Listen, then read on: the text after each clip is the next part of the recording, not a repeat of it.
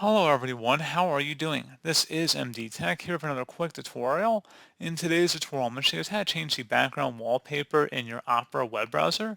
So this should hopefully be a pretty straightforward process here, guys. And without further ado, let's go ahead and jump straight into it.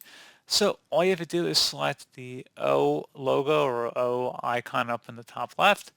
And you want to go and select the option that says Settings near the bottom of the list. And on the right side, you want to go underneath Wallpapers. You want to first make sure Enable Wallpapers is turned on. And you can select one of the wallpapers that's included in the list here that Opera offers. And you can see it does change on this page.